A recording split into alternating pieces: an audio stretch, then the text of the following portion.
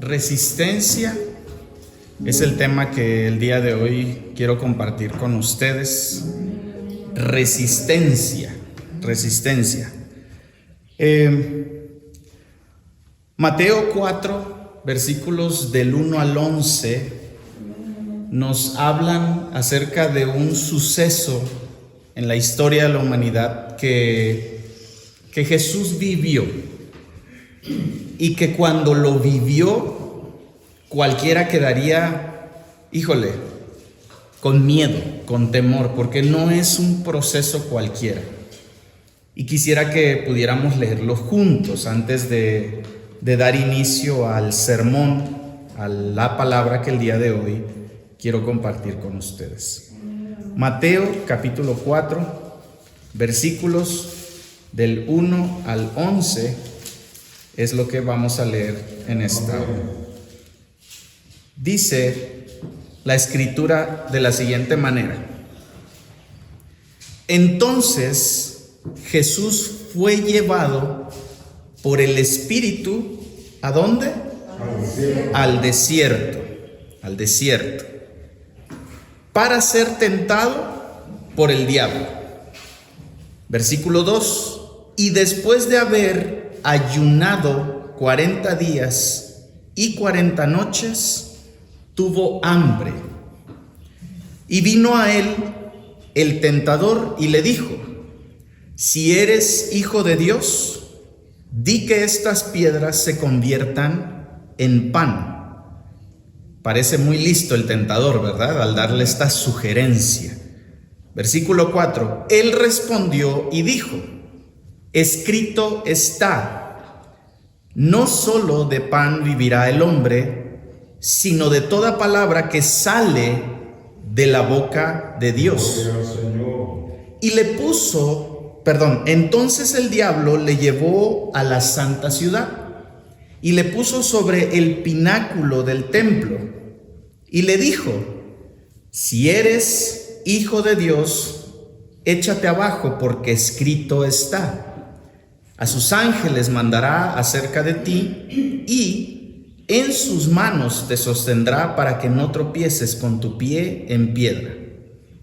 Versículo 7: Jesús le dijo: Escrito está también: No tentarás al Señor tu Dios. Wow, el Señor Jesús tenía respuesta para todo, ¿verdad? Otra vez, versículo 8: Le llevó el diablo a un monte muy alto y le mostró todos los reinos del mundo y la gloria de ellos. Y le dijo: Todo esto te daré si postrado me adorares. Entonces Jesús le dijo: Vete, Satanás, porque escrito está: Al Señor tu Dios adorarás, y a Él solo servirás. El diablo entonces, ¿qué dice la escritura? Le dejó, y he aquí vinieron ángeles y les servían. Qué momento tan impresionante.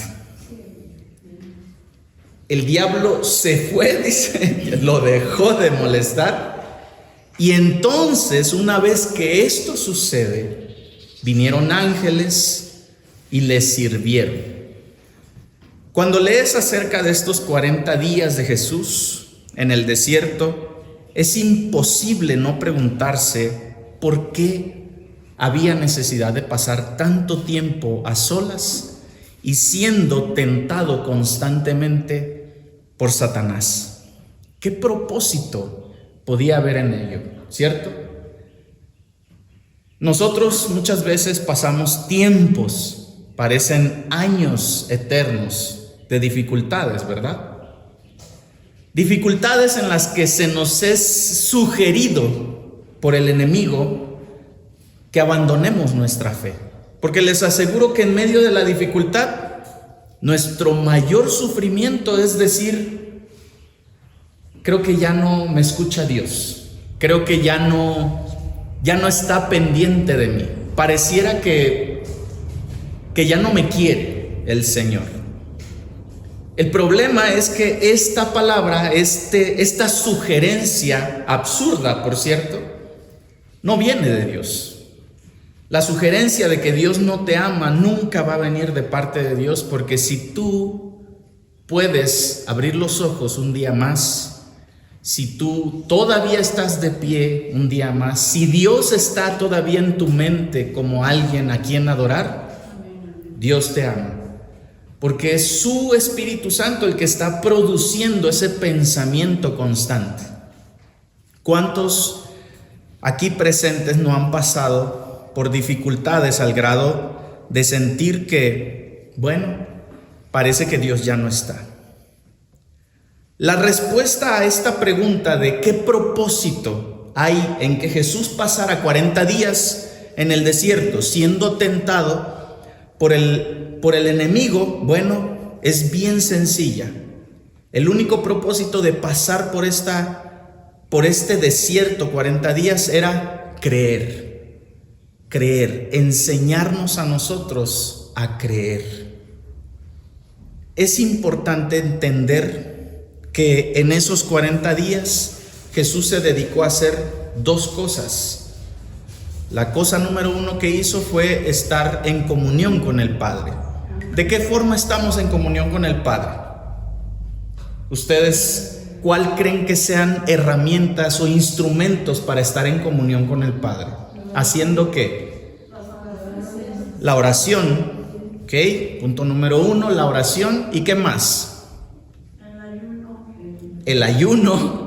El ayuno es una herramienta o un medio que Dios nos ha dado para poder tener más tranquilidad en nuestra comunión con Él. Pero la comunión con el Padre se da en la lectura de la palabra y en la oración, ¿cierto?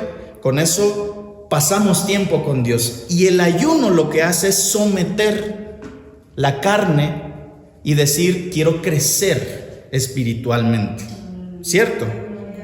Entonces, Jesús nos enseña a través de estos 40 días en el desierto que Él quería fortalecerse en el Señor. Estaba por iniciar su ministerio. Fíjense que Jesús no había hecho milagros hasta el suceso que sucedió previo a esto. Vámonos a lo que dice Mateo, capítulo 3, versículos del 13 al 17. Y quiero que seamos bien conscientes de esto. Jesús no hace ningún milagro antes de que sucediera lo que vamos a leer ahorita. Mateo 3, del 13 al 17 dice: entonces Jesús vino de Galilea a Juan al Jordán. ¿Quién Juan? Juan el Bautista, ¿cierto? Juan el Bautista estaba en el Jordán para ser ¿qué? Bautizado por él. Jesús vino ante Juan y le dijo, bautízame. Imagínense, el Dios mismo hecho carne le dice a Juan, bautízame. Mas Juan se le oponía diciendo, yo soy quien necesita ser bautizado por ti.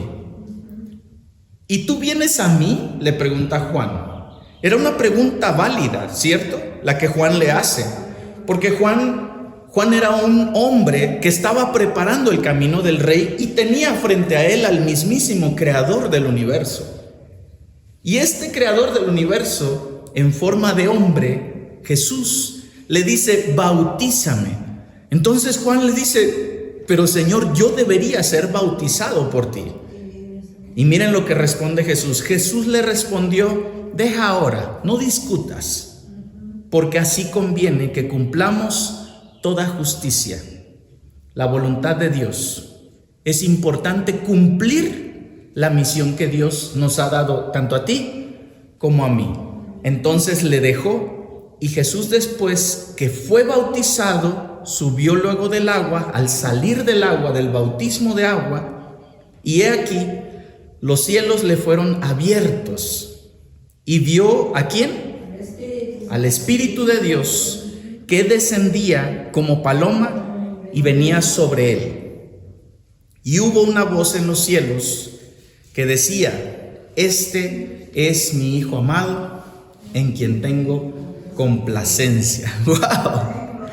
¿Saben que este es el momento en la historia humana más maravilloso que pudo haber existido en la tierra? Porque la Trinidad estaba en ese mismo momento, en ese mismo lugar. Jesús saliendo del bautismo en agua, el Espíritu Santo sobre él y la voz del Padre diciendo: este es mi Hijo amado en quien tengo complacencia. Comienza el ministerio de Jesús en la tierra, pero su ministerio no comenzó haciendo milagros y prodigios, porque la Escritura dice que entonces fue llevado Jesús por el Espíritu al desierto. ¿Para qué?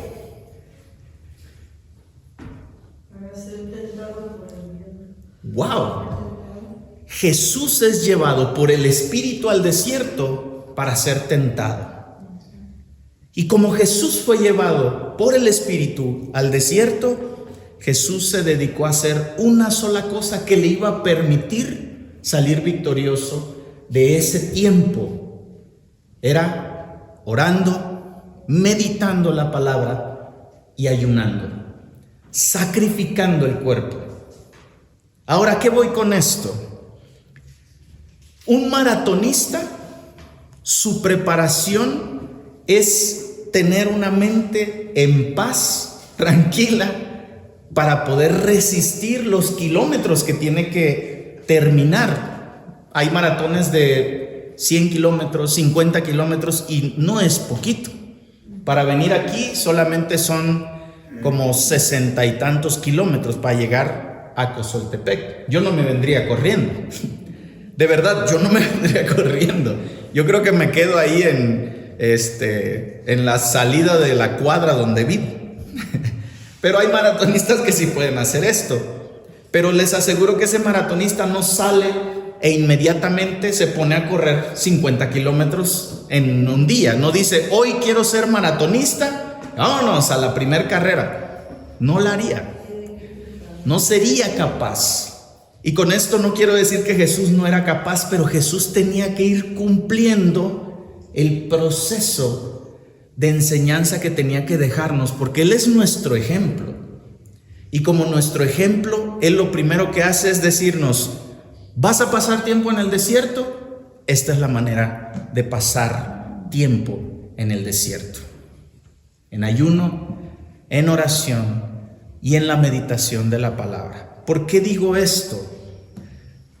Porque hace mucho tiempo, cuando yo comencé, el 25 de diciembre, que ya lo he mencionado, ya hasta los voy a empezar a aburrir con esto, pero dice Jesús cuando estaba con Nicodemo, y esto es algo que él siempre me trae a mi mente, Jesús y Nicodemo, y le dice: lo que sabemos, eso hablamos, y lo que hemos visto, eso testificamos. Yo no puedo hablarles de otra cosa, sino de lo que yo he vivido.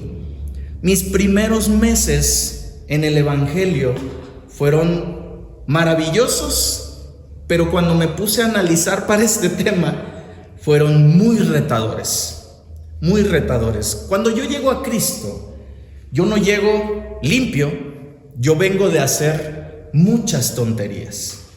Vengo de tomar muy malas decisiones en mi vida, al grado de que una de ellas era el abandono de una familia, una hija, y haber firmado un compromiso en el que yo decía: voy a cumplir con tal mensualidad. Y pues bueno, en ese entonces había trabajo, y para mí era bien fácil decir: pues firmo. Lo que yo no sabía es que cuando no tuviera trabajo, esa firma me iba a decir: tú tienes una obligación que cumplir por ley. Y saben, cuando yo llego a Cristo, yo llevaba varios meses sin aportar, sin haber dado este recurso, porque yo estaba pasando por una crisis personal. Y esto no es una justificación, simplemente esto es lo que yo viví. Yo no atendí mis responsabilidades. Entonces yo llego a Cristo, la alegría de mi corazón está a todo lo que da, pero mi mamá nos daba 200 pesos a la semana como una ayuda. Esta es una ayuda para que tengas para los pañales de tu hija, y pues ahí a ver qué cosa comen. Eso es cosa de ustedes, pero yo mando para mi nieta. El 25 de diciembre yo conozco a Cristo, yo me enamoro de la palabra, yo comienzo a decir, ¿cuándo hay otra reunión? ¿Verdad que pasa? ¿Cuándo hay otra reunión? Yo quiero saber más. Pastor, ándele, no sea flojo, predique todos los días. Y uno está con todo, ¿cierto? Bueno, al día siguiente mi papá me habla y me dice, hijo, es importante que entiendas una cosa. A partir de ahora, hablé con tu mamá y se te acaba tu pensión de 200 pesos a la semana. Y yo dije, Dios mío, ¿por qué? Oye, papá, por cierto, acabo de conocer a tu Jesús del que siempre me hablabas. Siempre me hablaste de Jesús, siempre me dijiste, hijo, conoce a Cristo. Ya lo conocí. Me dice, pues qué bueno, mijo, pero te regresas a Salina Cruz, tu mamá te está esperando. Yo, pero papá, yo quiero seguir conociendo más. Bueno, eso es todo lo que te tenía que decir. Y mi mamá me habla llorando, porque entre ellos se pusieron de acuerdo y me dice, hijo, tu papá me acaba de decir que ya no te mande ni un peso más. Y yo dije, Dios mío, ¿y ahora qué voy a hacer? El gozo de haber conocido a Cristo parecía que se estaba desvaneciendo. El enemigo, inmediatamente que yo abro mis ojos, comienza a atacar por donde él sabía que a mí me podía doler, que es mi economía. Bueno, de por sí 200 pesos no vive nadie, ¿verdad? Sin embargo, yo vivía con eso. Y mi mamá me dice, ¿sabes qué? Vente a Salina Cruz, te vienes con tu esposa, con Eloísa, te vienes con tu hija. Yo tenía a mi hija recién nacida, nació en agosto, ya había cumplido 5 meses. Y me dice, y aquí yo te busco un trabajo en donde estés. Y yo dije, no, si yo me voy, nos van a dejar ahí y yo no quiero perderme de seguir conociendo de Dios. Bueno, lo que hice fue hacer una pequeña trampa. Le dije a mi esposa, ¿te quedas? Le encargué a mi hermano Jaime, que es quien nos había invitado a la iglesia, le encargo a mi esposa, vuelvo lo más pronto que me sea posible. Mi mamá me mandó para el pasaje, me fui, y cuando estuve ahí me dice, ¿dónde está Elo y tu hija? Le digo, lo siento, ¿tú querías verme a mí? Aquí estoy. Fueron días realmente difíciles, porque fueron días donde mi mamá me dijo, es que tú no estás trabajando, tú no estás haciendo nada. Yo le decía, mamá, de verdad, creo yo que he encontrado lo que tanto necesitaba. Y comencé, ¿a qué creen? A leer, a leer, a leer, a leer. Yo no estaba haciendo nada en Salina Cruz, solamente pasé unos días ahí con ella. Y ella me veía leyendo. Incluso yo llevaba mi computadora, la única computadora que tenía para trabajar. Esto lo vivo el 31 de diciembre. El 1 de diciembre mi computadora se descompone. Definitivamente se descompuso. Yo dije, Dios mío, ¿qué más me puede pasar? ¿Por qué me pasa esto a mí? Y comienzo a pasar el tiempo en el desierto, en el que tú o te fortaleces o te debilitas por no buscar de Dios. Y comienzo a decirle, Dios, ¿por qué me pasa esto a mí? ¿Por qué antes de conocerte nunca me pasó esto? Regreso a mi casa y cuando regreso a los 2 días, más o menos a mediados de enero, me llega una notificación, llega un abogado hasta la puerta de mi casa y me dice, necesitas presentarte ante el juzgado de lo familiar porque estás demandado. Y si tú no respondes positivamente, vamos a embargar todo lo que tengas. Y yo dije, ¿por qué pasa esto justo ahora? ¿Por qué pasa esto justo en estos momentos? Y es cuando estoy conociendo de Dios y comienzo a vivir una experiencia de desierto, Y esto me recuerda precisamente lo que pasó Jesús. Dice la palabra que Él fue llevado por el Espíritu al desierto para ser tentado por el diablo. Y nuestra vida muchas veces está sometida a la acusación del enemigo de nuestras almas, diciéndonos, tú ya no vas a poder más, tus hijos ya son míos, y comienza a atacarte y a decirte, mira cómo están viviendo tu familia, mira en qué condición estás, mira, sigues siendo mentiroso, sigues haciendo cosas que no. Pero saben, el Señor Jesús, a través de esta historia, nos enseña que la palabra es la herramienta que Él usó para contrarrestar los ataques del enemigo. Dice Efesios, el escritor Pablo, en el libro de Efesios, capítulo 13, dice así: hasta que todos lleguemos a la unidad de la fe y del conocimiento del Hijo de Dios, un varón perfecto, a la medida de la estatura de la plenitud de Cristo. La palabra nos va a enseñar acerca de quién es Jesús. Porque si hemos creído en Él, ¿no creen que es necesario saber cómo vivió? Bueno, preguntémonos, ¿en dónde encontramos acerca de Jesús? ¿Dónde son los libros de la Biblia en los que podemos acceder al ejemplo que Jesús nos da? ¿Qué libros recuerdan ustedes que hablan específicamente de los pasos que Jesús dio? Mateo, Marcos, Lucas, Juan, ¿cierto? Hechos todavía habla de Jesús. Y nos vamos hasta Apocalipsis y tenemos a Jesús hablando del futuro, del porvenir. Pero si analizamos la Escritura, fíjense lo que dice Juan, capítulo 1, versículo 1. Y entonces vamos a entender que a Jesús lo encontramos desde Génesis hasta el Apocalipsis.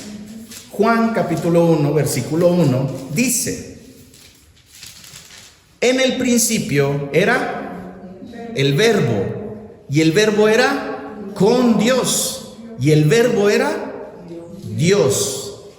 En el principio, en otra traducción dice: en el principio estaba la palabra, y la palabra estaba con Dios, y la palabra era Dios. ¿Quién es la palabra? Jesús.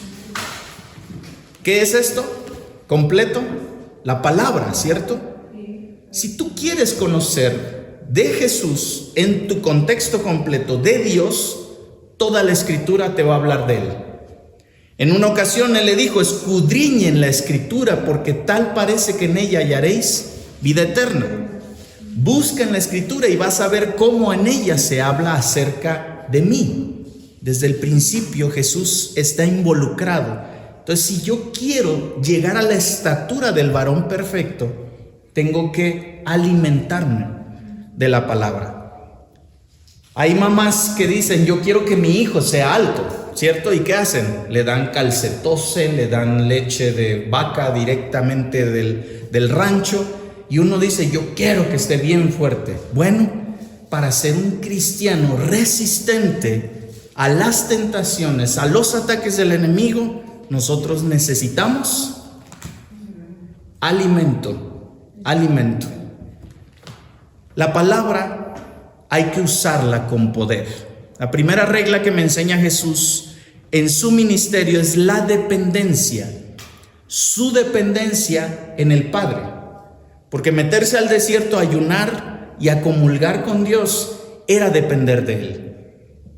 ¿Quién más pasó 40 días con Dios en contacto directo? ¿Alguien sabe de historia bíblica? Hubo un personaje que lo hizo incluso 2 veces: Moisés.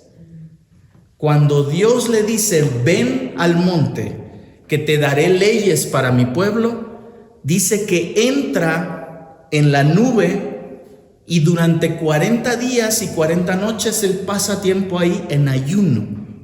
¿Y cómo creen que sale Moisés de ese lugar? Sale con 2 tablas. Y en esas tablas, ¿qué traía? La ley de Dios. La ley de Dios. Pero ¿qué sucede en esa historia? Porque esa es una historia lamentable. La ley de Dios, que con el mismo dedo Dios la escribió, Moisés es indicado de parte de Dios: vuelve al pueblo porque el pueblo está haciendo cosas que no deben hacer. Y cuando desciende del monte, ¿qué creen que encuentra? Encuentra al pueblo bailando y danzando y adorando alrededor de un becerro de oro hecho con manos de hombre. ¿Y qué hace Moisés con esas tablas que habían sido escritas con el dedo de Dios? En su enojo agarra las tablas y se enoja. Estaba muy enojado con el pueblo. Moisés pasó por el mismo proceso, pero al final él rompe las tablas. Estamos nosotros tan necesitados de Dios que incluso aún metiéndote de lleno con Él, puedes fallar. Es importante entender esto. Puedes fallar, pero Jesús nos enseñó que a través de nuestra fe en Él, nosotros tenemos la confianza de que esa derrota es menos probable. La primera regla que Jesús me enseña es esta dependencia. Hermanos, no podemos intentar vivir una vida cristiana sin comunión con Dios. Sin comunión con Dios. Parece fácil. De verdad se los digo, parece fácil. Es muy fácil hablar y decir, lean la Biblia. Y uno puede decir, uno se va y dices, no, pues los hermanos están leyendo, pero no es sencillo. Tiene sus complicaciones la lectura. ¿Por qué? Porque hay un enemigo que nos está impidiendo, que nos llena de trabajo, ¿cierto? Que nos trae responsabilidades que no buscamos, que incluso trae problemas a nuestra casa que nos distraen. Pero me encanta porque en el camino acá venía yo platicando con mi amigo que hoy nos acompaña y él dice, cuando me siento agobiado, últimamente he estado haciendo esto, dice, yo me salgo un momento de mi área de trabajo, de mi mentalidad de trabajo y me pongo a leer. Y me permite la lectura, dice, apaciguar la tormenta que está en mi cabeza. Esa es una enseñanza que Jesús nos dejó. Yo debo aprender a depender de mi comunión con Dios. Tú estás en problemas, estás pasando por dificultades, lee la palabra. Termina de leer la palabra, Dios, enséñame. Acabo de leer y yo no sé para qué me va a servir esto, pero tú sí sabes que lo que me has dicho me va a ser útil. Enséñame a usar este instrumento que me acabas de dar hoy. Porque cuando tú lees, probablemente te toque leer genealogía, ¿cierto? Te topas con Génesis y de repente ahí viene la genealogía de todo, desde Adán hasta Noé. Y puedes decir, Señor, ¿y esto de qué me sirve? Te va a servir de un montón. Aunque no lo creas, no existe desperdicio alguno en cada palabra escrita en la Biblia. No hay desperdicio en ella. Dice el libro de Hebreos capítulo 4. Hebreos 4 dice, porque nosotros vamos a ser llevados a una tentación que va a parecer tan abrumante que vamos a creer que no existe manera de enfrentar ciertas dificultades. Pero Hebreos 4, del 14 al 16, nos enseña acerca de cómo es que Jesús defiende nuestra vida. Hebreos 4, del 14 al 16. Por tanto, teniendo un gran sumo sacerdote que traspasó ¿qué? Los cielos, Jesús, el Hijo de Dios, retengamos nuestra profesión. Vuelvo a leer Hebreos 4:14. Por tanto, teniendo un sumo sacerdote que traspasó los cielos. Me encanta cuando dice esto porque me recuerda a mi pastor Román. Él siempre nos decía, este cuerpo no es capaz de cruzar los astros, pero el Señor cuando venga nos va a dar un cuerpo nuevo. Dice, y cruzaremos los cielos para estar en su presencia. Y yo digo amén a eso. Y aquí nos dice, por tanto, teniendo un gran sumo sacerdote que traspasó los cielos, Jesús, el Hijo de Dios, retengamos nuestra profesión. Porque no tenemos un sumo sacerdote que no pueda compadecerse ¿de qué? De nuestras debilidades. Sino uno que fue tentado ¿en qué? En todo según nuestra semejanza, pero sin pecado. ¿Podemos confiar en el sacerdote que tenemos hoy en nuestra vida, que es Jesús? Por supuesto. Puedo confiar porque Él entiende lo que yo estoy viviendo hoy. Mi hijo me rechaza, mi hijo, mi hija, mi nuera, mi yerno se burlan de mí. ¿Jesús fue burlado? Por supuesto que fue burlado. ¿Entiende mi situación? Por supuesto que la entiende, pero Él te enseña a no pecar en medio de esa situación. Vuelvo al tema. Debemos aprender a resistir y dar paso siempre hacia adelante, jamás hacia atrás. Un paso hacia atrás es, pues voy a dejar de orar porque llevo años orando y no veo respuesta. Ese es un paso hacia atrás. Sigue orando. Voy a dejar de leer porque hace mucho tiempo que no veo respuestas a mis necesidades. Eso es un paso hacia atrás. Un maratonista no empieza a correr hacia atrás, ¿verdad? No, el maratonista va hacia adelante.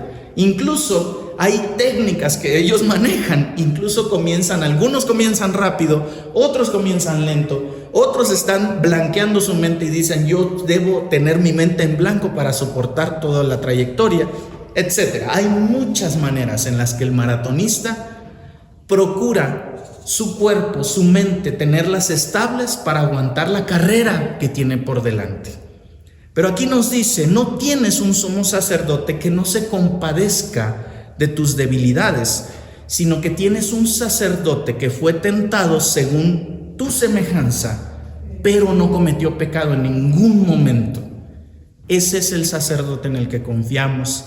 Es el sacerdote que nos ayuda a resistir. Versículo 16: acerquémonos pues confiadamente al trono de gracia para alcanzar misericordia y hallar gracia para el oportuno socorro. ¿Qué hace un maratonista a medio maratón cuando tiene sed? Toma un vaso con agua y bebe lo suficiente para remojar sus labios, su lengua, su garganta, y sigue corriendo, ¿verdad?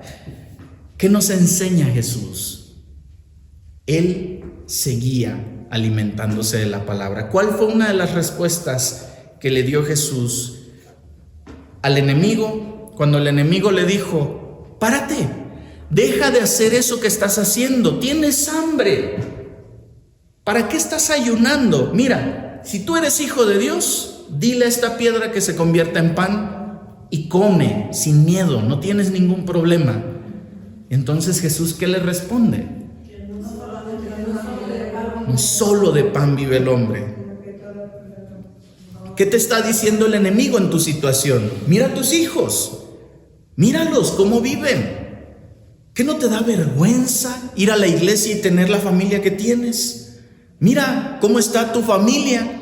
Mira, ni se ven, ni se quieren, no hay amor ahí. El enemigo está duro, pero cuando estamos alimentados de la palabra, nosotros le podemos decir: mi Dios es poderoso en hechos. Él me ha prometido que lo que Él inició conmigo lo perfeccionará hasta el día de su venida. Y yo puedo decir: amén, amén. Resiste. Eso es cansancio. El enemigo va a provocar cansancio en tu vida, pero tú resiste y sigue caminando, sigue avanzando.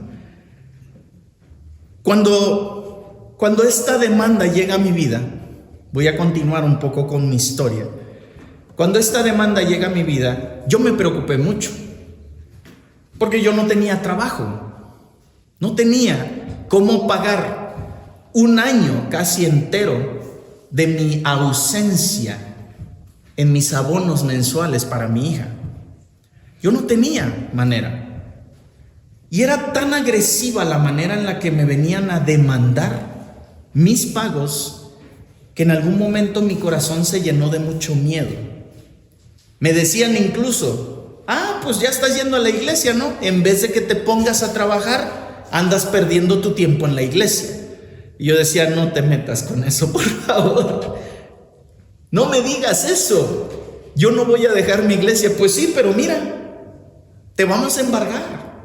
Entiéndelo, ponte a hacer algo. Y yo decía: Señor, me están causando mucha tristeza, y yo lo menos que quiero es retirarme de aquí donde me siento tan bien, tan pleno. Y seguí leyendo. Recuerdo que le dije al pastor Román: pastor, ¿me deja usted subir para alabar con los hermanos, con el grupo de alabanza. Yo doy gracias a Dios al pastor Román, porque en ese momento él me dijo: adelante. No les miento, pasé muchas vergüenzas, porque yo no sabía cantar. Yo no sabía cantar y era humillante, humillante saber que en vez de edificar a la iglesia con mi canto, probablemente decían: ¡ay, bajen a ese hermano de ahí! Y yo al pastor Román le decía: pastor, estoy pasando por esta situación. Y el pastor oraba conmigo. Él me decía: vas a salir de esto, aguanta. Y yo decía: pero pastor, ¿usted sabe cuánto? ¿Cuándo? No sé cuándo, pero vas a salir. Y yo decía: Dios mío. Y de repente el grupo de jóvenes tenía un esgrima en el mes de abril, en Semana Santa, un esgrima bíblico. Y pues yo no era tan joven, yo tenía 29 años. Y me metí a trabajar con ellos en el estudio. Y me topé con el libro de Hechos, porque estaban estudiando Hechos. Doy gracias a Dios por ese libro. Un libro que me enseñó tanto acerca de la iglesia, que me presentó un Esteban al cual yo admiré desde el primer momento que se paró frente a toda esa gente a decirles: Cristo es lo que necesitan. Y aún diciendo eso, muere a pedradas. Conocí a Pablo, conocí a Pedro, conocí a Felipe, que es llevado por el Espíritu ante un hombre que fue bautizado inmediatamente por la predicación de Felipe. La palabra me dio fuerza. La palabra me dio mucho de lo que yo necesitaba. Y no dejó de haber problema, porque cada semana era una notificación, y una notificación: paga o te vamos a embargar. Y ustedes me ven, yo tengo un negocio de energía solar. Ustedes me veían yendo a ver negocios, tocando puertas y diciendo: ¿me permites hacerte un presupuesto solar? Y la gente me decía que sí. Sí, adelante. Y cuando les llevaba mi propuesta me decían: muchas gracias, joven, lo revisamos. No les miento, ese año hice por lo menos unos 600 presupuestos, de los cuales yo no vi respuesta. Me encontré a un hombre, un ingeniero al que yo conocía, y ese ingeniero, cuando me vio, me dijo: Inge, ¿cómo estás? Bien. Estaba yo flaquito, siempre con mi misma playera, con mi logotipo, siempre tocando puertas y con mi carpetita. Y me dice: ¿qué andas haciendo? Pues aquí, trabajando, ofreciendo proyectos de energía solar. ¿Y dónde está tu oficina? Yo le decía: Inge, no tengo oficina, trabajo ahí en mi cuarto donde vivo. Yo rentaba un cuartito de 3x3. Me iban a embargar de un cuarto de 3x3, ¿se imaginan? Y me dijo: Inge, tú no puedes estar así. ¿Pero qué puedo hacer? Le digo, si no tengo ahorita nada. No. Inge, llega a la oficina, ahí tienes un espacio. Yo dije: ¿en serio? Sí, ahí tienes un espacio. Llegué a una oficina hermosa. Yo doy gracias a Dios por ese ingeniero, porque durante 3 meses estuve trabajando con él. A finales de marzo, yo por fin logro un contrato con el municipio para que yo fuera empleado del municipio. Yo ya había trabajado como empleado del municipio años anteriores. Y comienzo a recibir un salario, 3,000 pesos mensuales, 4,500 mensuales, si no mal recuerdo. Y empiezo a dar, porque pues yo ya tenía la demanda, dije: ahora sí tengo para dar, y comienzo a mandar 500 pesos. Tristemente no era un porcentaje bastante bueno, porque en mi firma, cuando en lo familiar yo firmo para comprometerme con mi hija, yo me comprometo con 3,500 mensuales.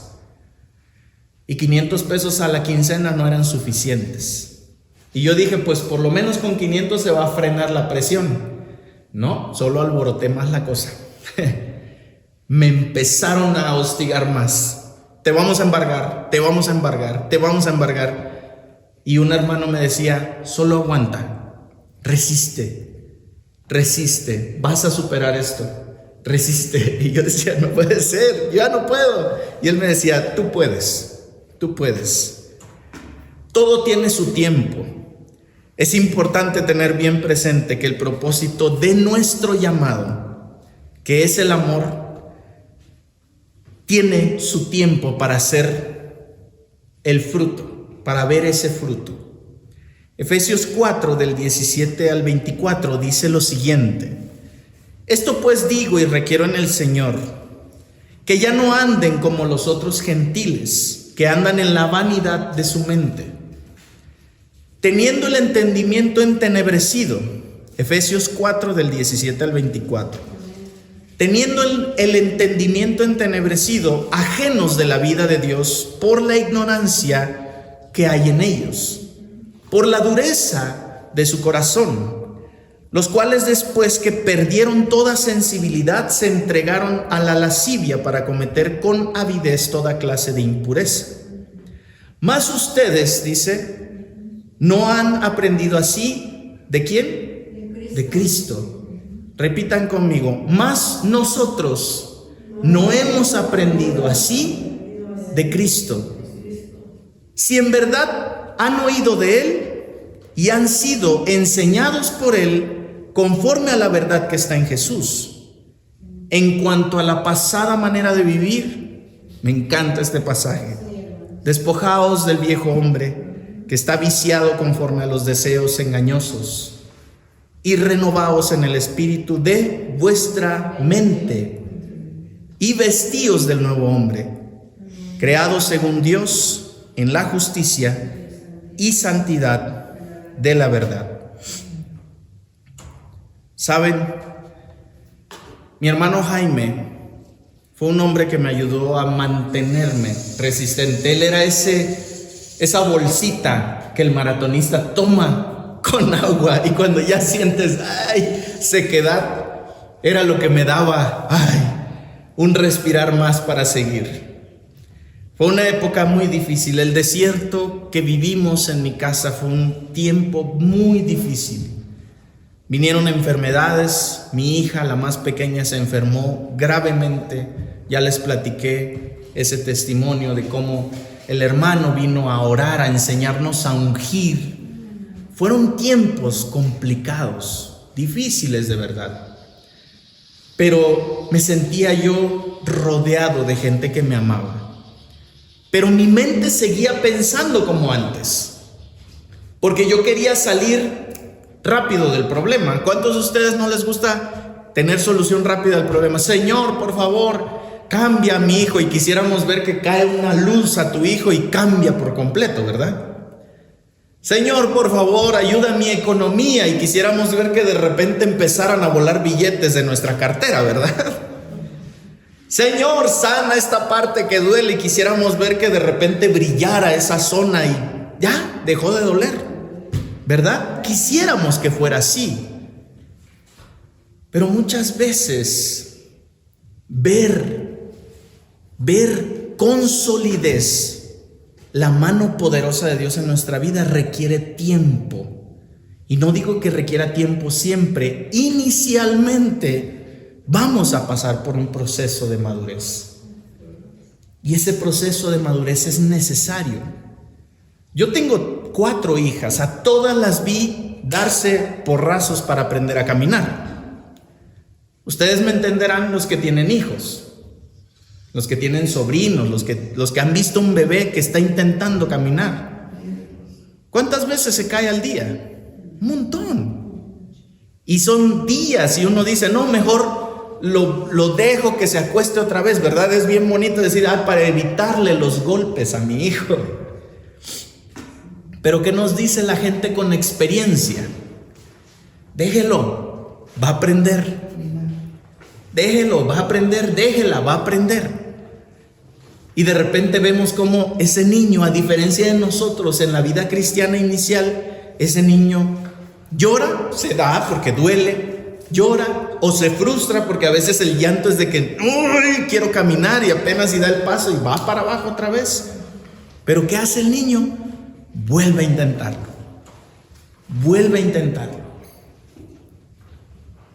La vida cristiana muchas veces es así. Mi hermano Jaime, en esa situación, siempre que me veía abrumado, él me decía, tranquilo, vas a salir. Y yo me acercaba al pastor: pastor, me están amenazando, pastor, por favor, ¿qué hago? Y él me decía: vas a salir de esto, ten paciencia. Y yo seguía sirviendo. Competimos en el esgrima, quedamos en último lugar en el esgrima, pero eso a mí no me quitaron que el libro de Hechos me lo aprendiera en parte de principio a fin. ¿Qué gané de ello? Experiencia. ¿Qué gané de ello? Práctica. Aprendí a disfrutar mi tiempo leyendo la palabra, porque inicialmente uno no disfruta esto, ¿verdad? Leemos la palabra y su mecha, justo te sientas a leer la palabra y te da sueño. Pero como lo hacíamos grupalmente, aprendí muchísimo. Nuestra mirada debe estar puesta en Jesús, y yo agradezco a mi hermano Jaime y al pastor que siempre me dijeron: mantente caminando hacia la dirección en la que vas. Dios va a hacer algo con tu vida. Dios va a hacer algo. Y yo decía: pero pastor, yo ya no puedo. Y él me decía: sí, no es justo lo que estás viviendo. No es justo lo que estás viviendo. Y saben, esa palabra comenzó a confrontarme más. Porque ¿cuántos no nos gusta que nos consuelen? ¿A ti te gusta que te consuelen? ¿Le gusta que la consuelen, hermana? ¿Les gusta que les consuelen? Que les digan: vamos, ánimo. Hay unos a los que no nos gusta. Bueno, a mí ese consuelo ya no me empezaba a gustar. ¿Saben por qué? Porque algo me decía que tenía yo que hacer algo diferente. Mis ojos en Jesús deben estar puestos, y el libro de Hebreos me da la respuesta. Dice Hebreos 12, del 1 al 2. Hebreos 12, 1 y 2. Dice: por tanto, Hebreos 12, 1 y 2.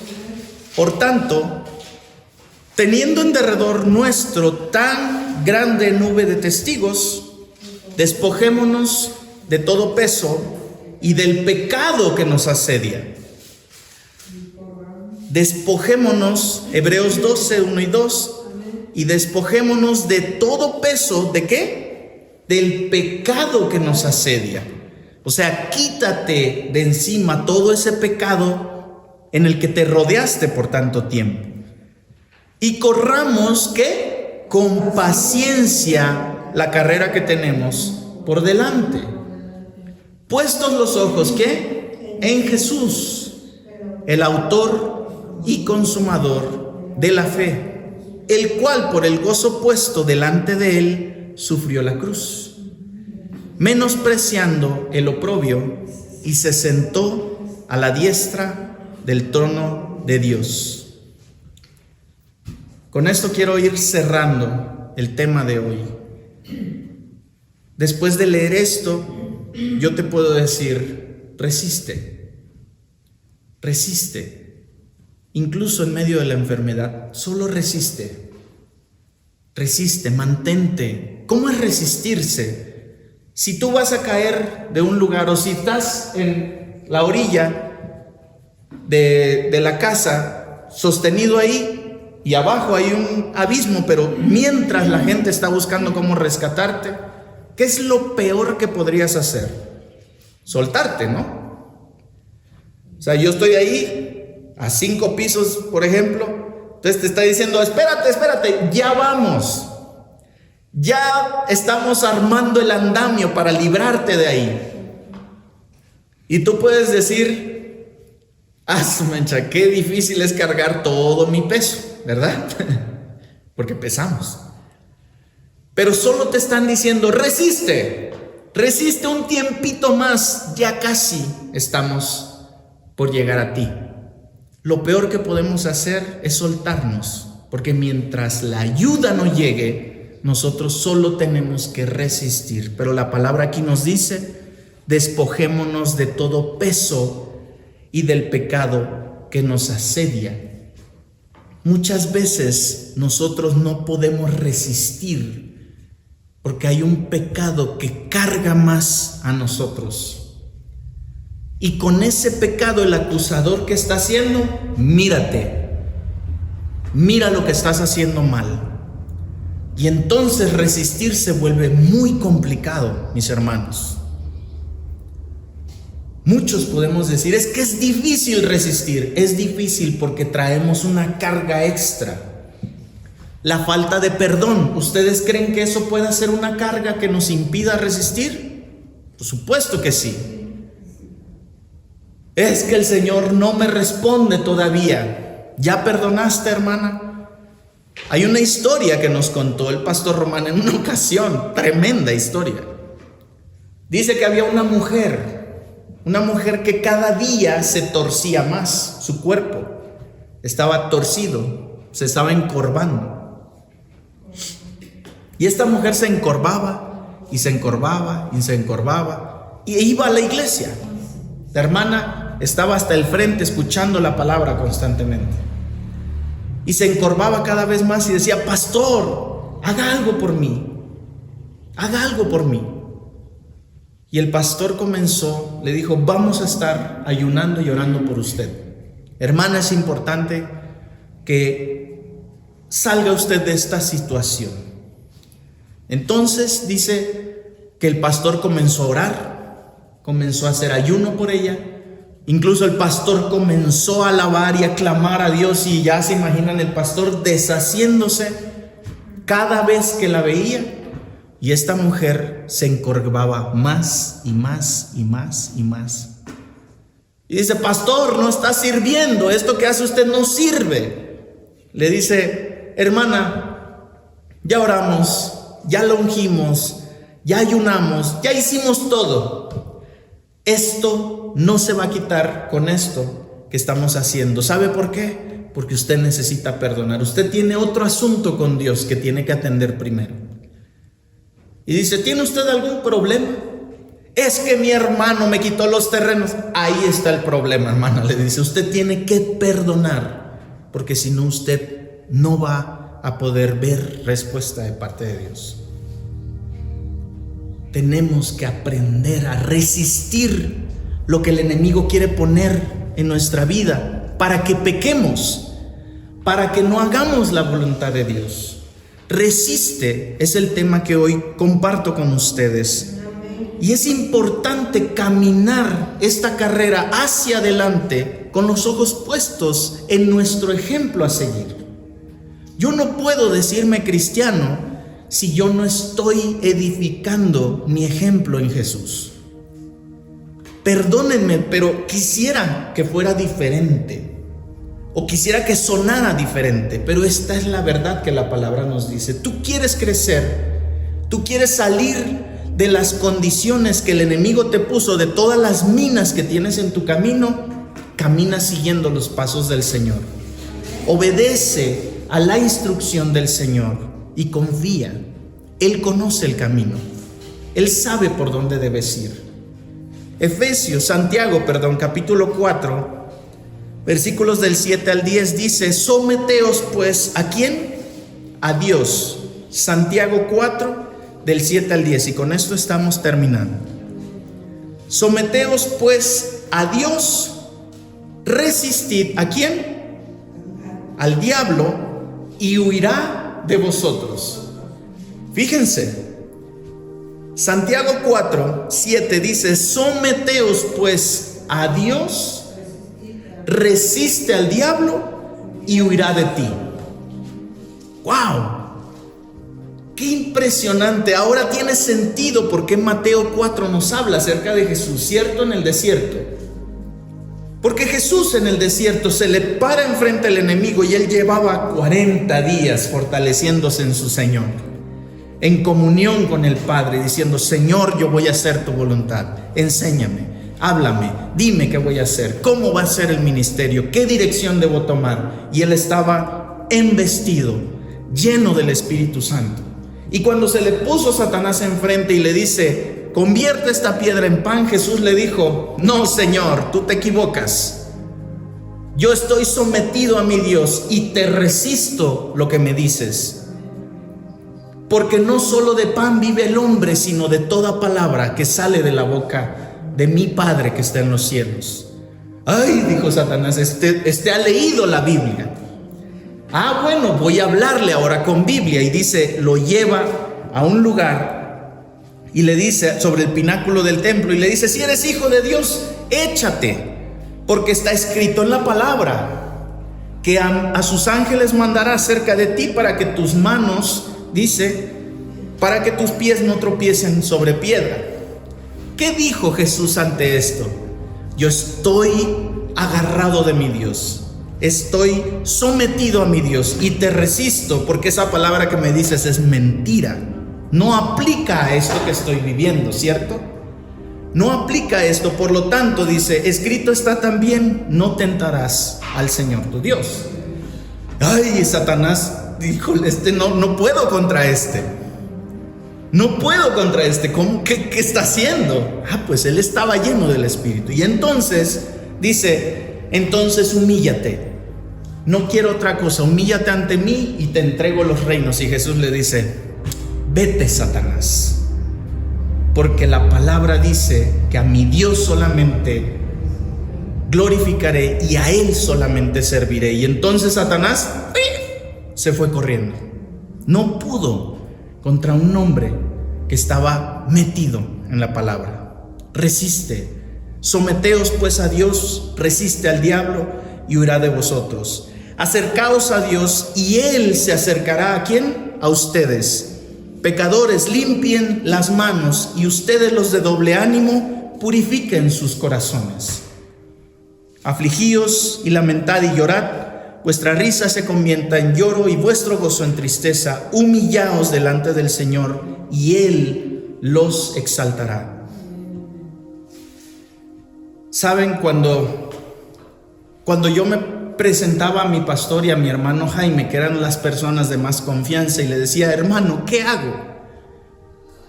¿Qué hago? Yo ya no puedo soportar, porque ya estoy dando dinero y aún así me están hostigando. Y en una ocasión incluso me ofrecieron y me dijeron, firma un pagaré. Firma un pagaré, esa es mi manera de dejarte de molestar. Firma un pagaré en el que te comprometes a liquidar este pago en un periodo de tiempo. Bueno, se lo conté a mi hermano Jaime, se lo conté a mi pastor, se lo conté a un amigo abogado. Todos llegaron al mismo punto: no firmes. No firmes. Dice, no, porque si firmas, tu problema que es familiar se va a volver en un problema comercial y entonces te vas a meter en más problemas. Y yo decía, pues no voy a firmar. Pero en mi cabeza se empezó a meter una idea: háblale a tu papá, él te va a dar un buen consejo. Y mi papá es un cristiano que admiro mucho, él es mi pastor hoy en día. Y desde ese día creo comenzó a dar pasos en mi vida como mi pastor. Y le hablé, papá, yo quejándome porque es mi papá, pero con él hablo muy poco. Ustedes ya lo vieron aquí, ¿verdad? Cuando vino a presentarnos. Papá, fíjate que estoy metido en este problema y me están pidiendo firmar un pagaré. Y es injusto, le decía yo. Papá, esto es injusto que me hagan esto. Y me dice, ok, ¿cuánto tienes que dar al mes? 3,500, papá. ¿Y cuánto das? Pues 500 cada quincena. Estás mal tú, me dice. Yo, papá, ¿cómo crees? Oye, te hablé para que tú me des un consejo y me estás regañando. Es que estás mal. Dale más. Y yo, pero papá, ¿cómo es posible que me pidas esto? Y mi hija, la más chiquita, y yo le decía, ellos tienen todo, tienen negocios, les va súper bien. ¿Por qué? ¿Por qué no me esperan un poco más? Porque tú hiciste un compromiso, hijo. Y si hoy tienes lo suficiente para dar, da. ¿En qué Dios estás creyendo?, me dijo. Y yo dije, papá, cuidado, porque con mi fe no te metas. No, es que tu fe no la estás poniendo en el lugar correcto. Tienes miedo. Y tú no deberías tener miedo si Dios va contigo, hijo. Y yo le dije, pero papá, es que ¿cómo? Me dice, mira, te voy a poner un ejemplo. Te voy a poner un ejemplo, dice. Cuando Jesús fue entregado ante los fariseos, ante las autoridades, la manera en la que lo traían, con grilletes en la mano, humillándolo como un esclavo, como un prisionero. Y cuando lo tuvieron enfrente y le escupieron en la cara y lo abofetearon, me dijo: ¿eso tú crees que fue justo? Díganme ¿ustedes creen que fue justo? Yo le digo: papá, no fue justo. Jesús no les había hecho ningún daño. Bueno, si no fue justo y lo recibió, tú dime qué hizo Jesús. Ay, dije yo, no me digas eso. Le digo: no hizo nada, papá, no hizo absolutamente nada. Siguió adelante. Ok, me dice, cuando lo ponen ante el César, ante el gobernante, y este gobernante da una sentencia de ser latigado con el castigo romano, el peor castigo humano que ha existido en la antigüedad. Cuando él recibió cada latigazo en el cuerpo y terminó con el cuerpo completamente desgarrado, dice: ¿fue justo que lo golpearan al menos una vez? Yo le dije: papá, no fue justo que hicieran eso con él. Y me dice: ¿y qué hizo él? Nada, papá, no hizo nada. Cuando fue llevado y lo hicieron cargar su propia cruz con el cuerpo todo destrozado, ¿fue justo, hijo? No, papá, no fue justo.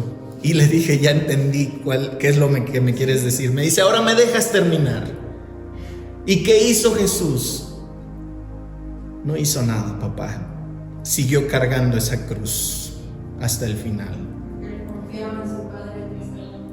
Y cuando se le clavaron los clavos en cada parte de sus manos y en sus pies, hijo, ¿eso fue justo? ¿Era necesario que le hicieran eso? No, papá. ¿Y qué hizo Jesús? No hizo nada, papá. La misma escritura dice que como un cordero enmudeció ante sus agresores. Y cuando murió y el padre lo abandonó, ¿fue justo, hijo? No fue justo, papá. Mas sin embargo, dice, Jesús, sus últimas palabras fueron: Padre, perdónalos, porque no saben lo que hacen. Firma ese pagaré, hijo. Firma ese pagaré. Más vale un maltrato que un buen pleito. Dios te va a sacar. Pero papá, yo no tengo ningún ingreso extra para pagarlo. Fírmalo, dice. Papá, pero es que si yo lo firmo, ellos pueden hacer uso de mi firma para algo malo. Cuando firmes en tu corazón, en tu mente, firma y dile: Señor, tú eres testigo de que esto lo estoy firmando y tú vas a cuidar mi firma.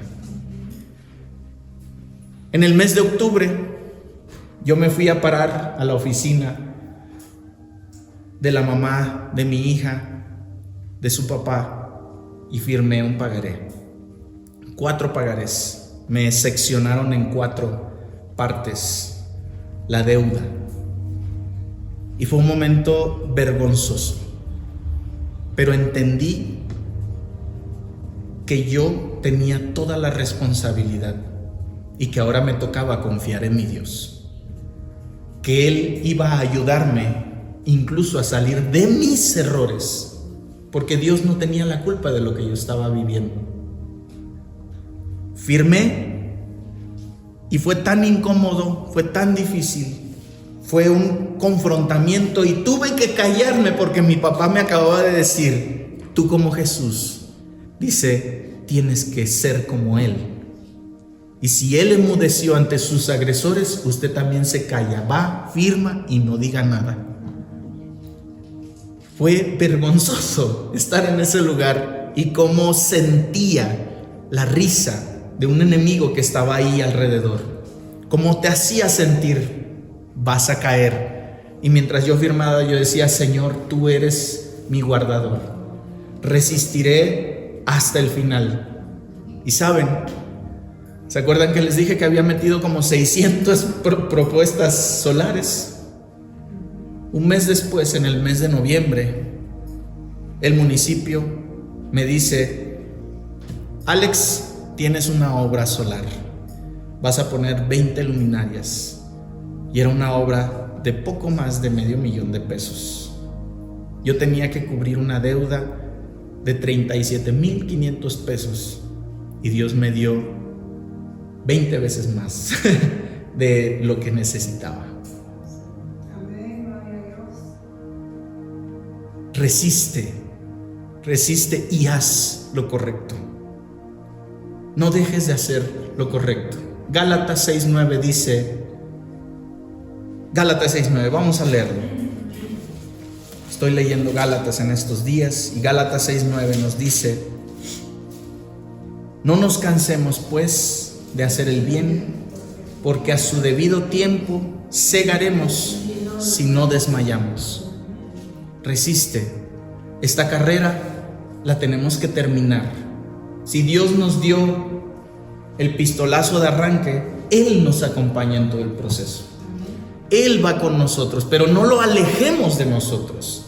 Digámosle: Señor, yo quiero que tú me acompañes en cada proceso. Yo necesitaba ese día hablar con mi papá. Yo no entendía por qué y no quería hablar con él, porque sabía que él me iba a decir: esto, paga, da más. Aunque sacrifiques a tu familia, Dios te va a sacar de la situación, pero necesitas creerle. Comencé a dar más dinero. Firmé documentos que ninguna persona en su sano juicio hubiera firmado. Los firmé. El 31 de diciembre, si no mal recuerdo, 30 de diciembre, yo llegué a la misma oficina con un cheque y dije: aquí está lo de los 4 pagarés. Y Dios me permitió salir de ahí y de esa situación victorioso. Saben, hoy yo agradezco a Dios porque incluso la relación ha mejorado. No solamente saldó mi deuda, me permitió tener cada vez un poco más de gracia con una persona a la que le lastimé la vida de una forma tan terrible, pero que hoy al menos tolera verme, me permite ver a mi hija, me permite estar con mi hija. Y yo doy gracias a Dios, porque si yo no hubiera obedecido, hubiera extendido más tiempo una respuesta que Dios ya tenía preparada para mi vida. Hermanos, resistan a no ser tentados a actuar diferente de como Jesús trabajó. Si Él dio la mejilla, nosotros podemos hacer lo mismo, porque tenemos un sumo sacerdote que comprende nuestras debilidades, porque vivió por cada una de ellas y aún viviéndolas, Él no pecó. Entonces hagamos lo mismo.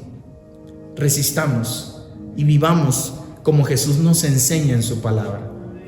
Dios les bendiga, familia. Vamos a orar. Parémonos un momento y oremos al Padre para agradecer esta palabra. Señor, te doy las gracias, Padre, porque tú eres bueno, porque tú nos enseñas de manera celestial. Tu enseñanza es una enseñanza que sobrepasa todo entendimiento, Señor. Tu enseñanza nos confronta a no vivir como vive el mundo, sino a vivir como se vive en el reino tuyo, Padre. Ayúdanos a resistir a toda tentación puesta por el enemigo, Padre. Ayúdanos a ser una iglesia resistente para seguir en esta carrera, Padre. Queremos predicar el evangelio a esta comunidad de Cosoltepec, pero no lo vamos a lograr, Señor, si no enfrentamos todas las cosas que hemos de vivir con las personas que muchas veces de inicio no quieren saber nada de ti. Pero ayúdanos, Padre, a que de nuestra boca siempre salga bendición, a que de nuestras acciones siempre salga bendición, a que de nuestro corazón siempre haya perdón por la ofensa que recibamos, porque es a ti, Señor, al que servimos. Padre, si tú fuiste humillado de las 1000 maneras en las que fuiste humillado, ¿cuánto más nosotros, que somos tus seguidores, no hemos de pasar por situaciones iguales, Padre? Mas Dios, hoy, así como ese Jesús en el huerto de Getsemaní, Señor, la noche antes de ser crucificado, quizás con dolor en nuestro corazón y pidiéndote que impidas lo que hemos de vivir, hoy cambiamos nuestra oración para decirte: Señor, que no se haga lo que yo quiero, sino que se haga tu voluntad. Porque lo único que queremos, Señor, es que tu voluntad sea hecha en nuestra vida. Te damos gracias, Señor, y bendecimos tu nombre, en el nombre de Jesús. Amén. Amén.